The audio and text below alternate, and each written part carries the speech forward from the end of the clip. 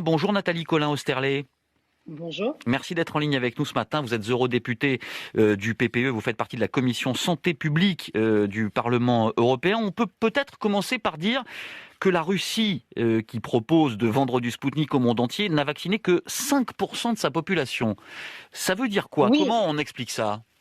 oui, justement, le problème la question qui se pose aujourd'hui concerne non seulement les capacités, comment dire, les composantes de ce vaccin, mais également les capacités de production. Et donc c'est bien pour cela que l'Agence européenne du médicament a dépêché des inspecteurs sur les sites afin de vérifier que les standards internationaux sont respectés, que les bonnes pratiques sont respectées, tant en ce qui concerne les essais cliniques qu'en matière de fabrication, quels processus et matériaux sont utilisés, est-ce que les conditions requises sont remplies, est-ce que les éléments soumis par l'entreprise dans le cadre de la demande d'examen continu correspondent bien à ceux qui sont constatés sur place. Donc c'est une visite qui va durer, une inspection qui va durer 1 à 2 semaines et qui selon l'Agence européenne du médicament, est une mesure de routine. Donc ça veut dire qu'on ne sait strictement rien de ce vaccin.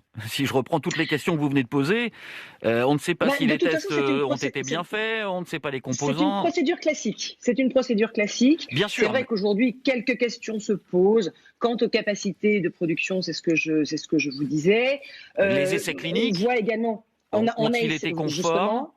Exactement. L'efficacité du vaccin, ça fait beaucoup de questions. Oui. Et d'ailleurs, en Slovaquie, vous savez qu'il y a des problèmes de conformité qui ont été révélés lors de l'examen.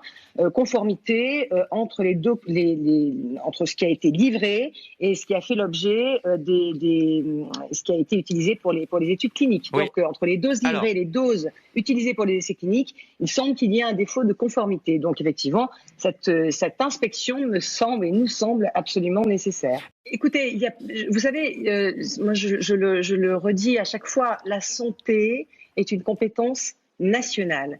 Il y a eu un effort considérable qui a été fait et une tentative, et ça a marché, d'harmonisation au niveau des commandes, des précommandes coupées. Je rappelle que 2,5 milliards de doses ont été précommandées par la Commission européenne au nom des États membres. Mais en parallèle, ces livraisons sont en train d'arriver, d'interdire à un État de commander, alors que la compétence sanitaire est bien une compétence nationale.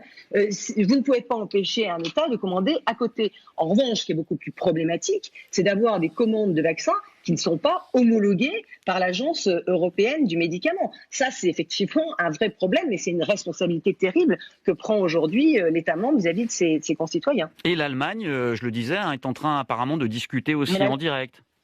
Oui, mais l'Allemagne attend l'homologation de l'Agence européenne du médicament. Donc c'est pas la même chose. C'est pas tout à fait la même situation. De toute façon, très sincèrement, aujourd'hui, c'est un besoin immédiat que nous avons. Nous savons qu'un certain nombre de doses vont être livrées pour mi-juillet. Nous aurons reçu 420 millions de doses.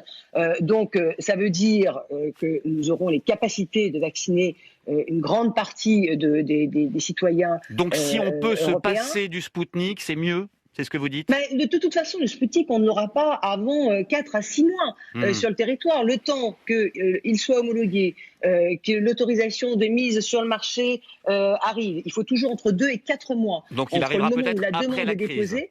L'amendement n'a été déposé que fin février, je le rappelle. Et dès le 4 mars, la Commission européenne a examiné ce vaccin. Maintenant, il faut effectivement entre 2 et 4 mois, c'est le délai normal. Donc, quand on compte, il suffit de savoir compter pour voir que ce vaccin arriverait de toute façon après l'été. Oui. Voilà. On n'y aura pas forcément recours, en tout cas pas de façon intensive, manifestement. En tout cas, ça peut être un complément, mais ça ne peut pas remplacer ce qui a été précommandé.